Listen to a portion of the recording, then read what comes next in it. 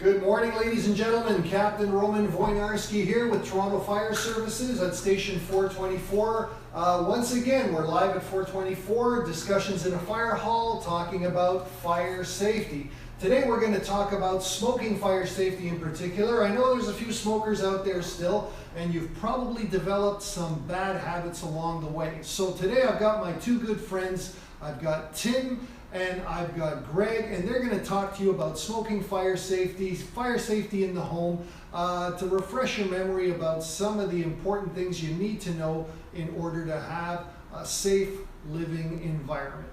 Please remember that this is very much an interactive experience. We'd like to hear your questions, your comments, even if you just want to say hi, we'd love to hear from you. So Tim and Greg, come on, have a seat and tell us a little bit about smoking fire safety.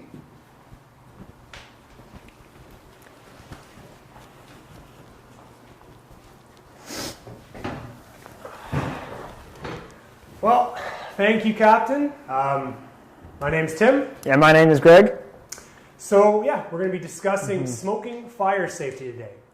Now, the reason we're going to focus on smoking, or careless smoking, is because it's the #1 cause of fatal fires in the city. So #1 cause of fires might be cooking, but the #1 cause of fatal fires is smoking. So this safety information is obviously very important.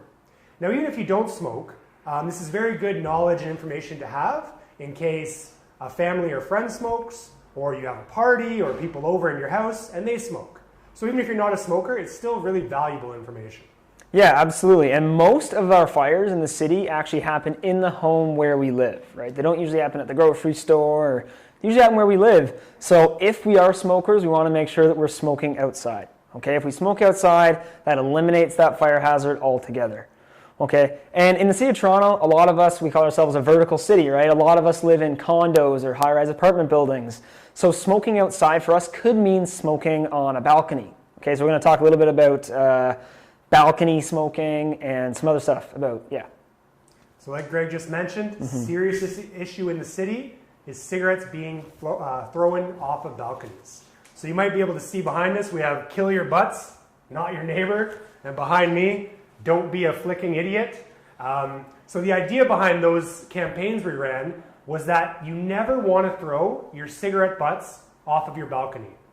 The common thing that happens is you throw it off the balcony, the wind catches it, and it blows it back in onto someone's balcony below you. Now, if that person below you has any combustible furniture, upholstery, chairs, wood, newspapers, anything that could catch fire, well, that's a pretty easy way to start a fire. And we've actually had some big fires over the years in some of the high-rises from a cigarette butt being thrown and landing on someone else's balcony. So #1, if you're on a balcony and you smoke, do not flick your butt off the cigarette. #2, if you don't smoke but you live in a high-rise, it's a good idea to not keep combustible furniture or anything that can burn on your balcony, because then at least you're being proactive and you're limiting the chance that if someone did flick a cigarette and it landed on your balcony, a fire would start. Yeah, so instead of flicking that cigarette butt off of the balcony, what we want you to do is use a proper ashtray, okay? Something that's sturdy, something that won't tip over. Kind of like this coffee can that we have here, okay? A coffee can like this is good. It's made of metal. It's not going to burn. We want you to fill this with water or sand. Just put the cigarette out in there. Make sure it's completely out before you walk away, okay?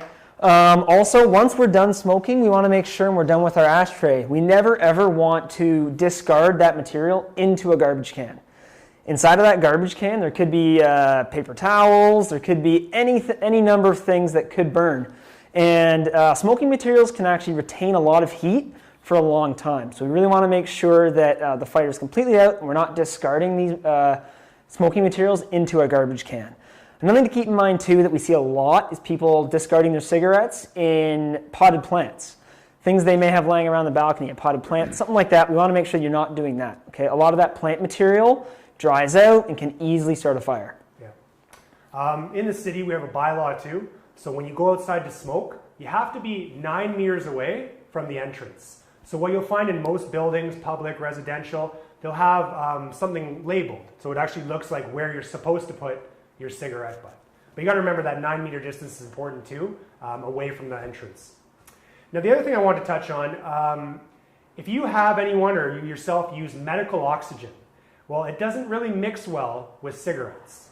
When we talk about something we call the fire triangle, where we have heat, fuel, and oxygen, when you introduce medical oxygen, which is very high concentration of oxygen, sometimes pure oxygen, it can actually make it more flammable around you. And if you lit a cigarette, you actually have more chance of things catching on fire. So when people use medical oxygen in their homes, they actually have to have a sign similar to this, where it says oxygen in use, no smoking, no open flames. Because that use of oxygen in the home makes it even that more dangerous to smoke in that home. Yeah, and I'll mention too, while we're talking about safe smoking here, we discovered that a lot of children, young children, actually have a bit of a fascination with lighters, matches, fire, and things like that. And lighters and matches are synonymous with smoking. So if you are a smoker and you're using lighters and matches, you want to make sure that you keep those matches in a safe place out of reach of children.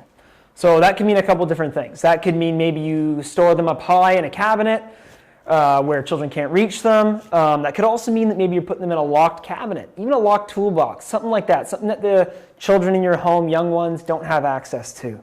Okay. Another good thing that we can do too is from a very young age, we can teach our children that lighters, matches, these things are hot. These things can burn us. Fire is hot. We want to be very, very careful, and they're not toys. Okay. Lighters and matches, we can teach our children that they're tools. They are tools for adults to use, and they're not for children to play with. Now, we said the best thing is if you smoke, smoke outside. But if you do choose to smoke inside, make sure you haven't taken any medication that could make you sleepy. You're not just tired in general, and it's not a good idea to smoke while drinking alcohol. The problem is, and one of the reasons why smoking is the #1 fatal cause of fires, is people falling asleep with the lit cigarette in their bed or on their couch. So if you're tired, taking medication, drinking, avoid smoking altogether inside the home. Now, if you're not a smoker, but you live with one, it's a good idea when they've been smoking, maybe they're forgetful, you check around the cushions in the sofa in case there could be any butts that have fallen or gotten into the crevices and things like that. Yeah, perfect. It's also a good thing to keep in mind too that we want you to treat any sort of e-cigarettes or any vaping products, anything like that, sort of with a similar caution that you would your cigarettes. Okay, these devices can actually cause fires just like cigarettes. We've seen that when the battery's being charged or if the device is being transported improperly, that's when these fires can happen. So you never want to leave a charging e-cigarette or vape. You don't want to leave them unattended, okay? Vaping products and e-cigarettes should really be used with caution. Also, a good thing to do is make sure that the charger itself that you're using goes with the device, okay? Sometimes maybe you lose the charger, you try and pair it with another charger from a different device. Doesn't always work that way. Okay, a good thing to do is look for a CSA stamp or even a ULC listed stamp on the devices. That means that these devices have been tested, they meet all the regulations and are safe for use.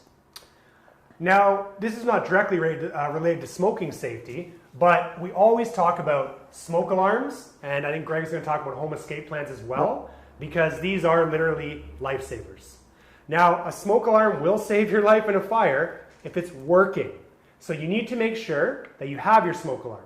The general rule, or the simple way to remember, you need a working smoke alarm on every floor of your home, and you have to have them outside the bedrooms. A lot of new construction is now actually putting them in the bedrooms as well for extra safety. Now I say working, so that means you should check the date. They're only good for about 10 years. After 10 years, the entire smoke alarm needs to be replaced. You might have a unit that has batteries. The batteries should be changed, we say once or twice a year. Usually when you change the clocks, you change the batteries. And finally, you have to test the smoke alarm once a month to make sure it works. If you're unsure what type of smoke alarm you have, get up there, check it out, or you can talk to, in like a condo or a rental, your property manager. Because sometimes they're hardwired, sometimes they're battery, sometimes they're a combination of both. Great. So we have working smoke alarms in our home, but we also need to know where we're going to go, what we're going to do if we have a fire. So what we want you to do is make a home escape plan. Okay, a home escape plan is kind of a fun thing that you can do with your whole family, whoever you live with, whether it be young children, seniors, want everybody involved in this. You're going to get a piece of paper, kind of draw out a schematic drawing of where you live, show every room, and then kind of draw some arrows. Show on the drawing how you would get outside if there was a fire. Okay, once you have that, we want to make sure that you have at least 2 ways out of every room. Okay, and then practice the home escape plan. You can make it a monthly thing. When you check those smoke alarms once a month, practice your home escape plan. We just want to make sure that in every scenario, every fire scenario that you may have in your home, that you know what you're going to do. Okay, practice makes perfect, and in a fire, can be a stressful situation. We want to make sure that that knowledge is right there, ready to use. So I believe that's all the information we're going to give you guys today on smoking, but we'll check with the captain if we have any questions. Yeah, we've got a couple of great questions here. First of all, very, very interesting information. Hope the smokers out there are paying attention.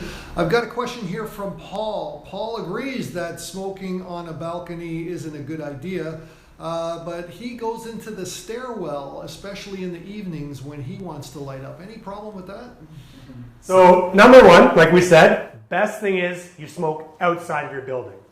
Now, if you chose to smoke inside the stairwell in, let's say, a condo or a apartment, it's not a good idea. I'll explain why. So in high-rise buildings, we have smoke detectors in the stairwells. Usually on every 3rd floor of the stairwell landing is where they'll have one. Now, the dangerous and kind of stupid thing about smoking in the stairwell is if your smoke gets into this smoke detector, it's going to set the fire alarm off for the entire building.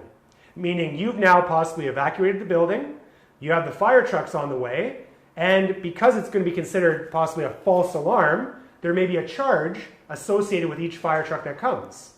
If your building manager, property manager finds out that it was caused by you smoking this in the stairwell, some of that charge from the false alarm can then be put on you.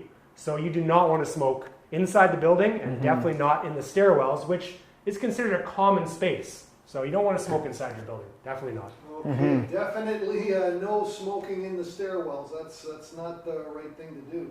Another question here from Esther. Esther is asking, well, her husband smokes in the home, and once in a while the smoke alarm goes off because of his smoking. So what he does is he takes the batteries out of the smoke alarm temporarily, and she's wondering, that's not such a good idea, is it?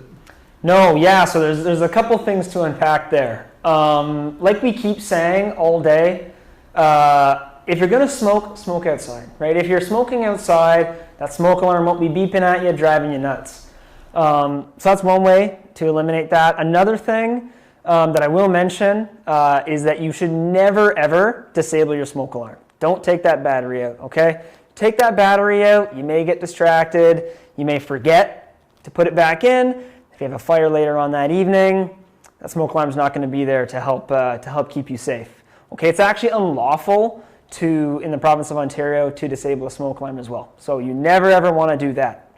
You have a couple of options though, Esther. You can actually move the device, move it to a different location. A lot of people will do this if they're having a problem with cooking, right? We've all been there where we're cooking, smoke alarm is beeping at us, and sometimes people end up taking it down. We encourage that you move it. Just move it to a different location, somewhere where it's not going to get as much smoke into it. Another good option is that all modern smoke alarms now are equipped with what we call a hush button or a silence feature. So on this device here that we have on the table, you'll see 2 buttons. One of them is the test button. The other one is actually the hush or the silence button. So if it's beeping at you, just press that button. It'll silence it. Turn it off for a few minutes, give you time to clear that smoke out. Another option you actually have as well is there's a couple different types of smoke alarms. A lot of people don't know that. So the most common one is what we call an ionization smoke alarm. So these ones are very sensitive to little bits of smoke, cooking fumes, steam, things like that. So these are the things that usually set them off, right? If you swap that one out for what we call a photoelectric smoke alarm, it's less sensitive to those things and may solve your problem there as well. But at the end of the day, we want you to smoke outside, Okay, if you smoke outside, don't need to worry about it. Much safer across the board. Okay, so options, that's the bottom line. Options Exactly. for people who have smokers in the home. Well, great information, fellas. I'm really glad you came and talked to us today about that. If anybody in the audience has any more questions about this or any other fire safety topic, where can they go for more information? So a great place to go online is toronto.ca/fire. On our website, you can find things about smoking, electrical, appliances, seasonal safety. And a lot of it's actually been translated into like 10, 12, 13 different languages to download, print, or you can just view and read it right offline. And we even have some good videos on there as well. So I think that's it then. Perfect. Alrighty. Well, thanks for tuning in and stay safe. Yeah, thank you. Stay safe.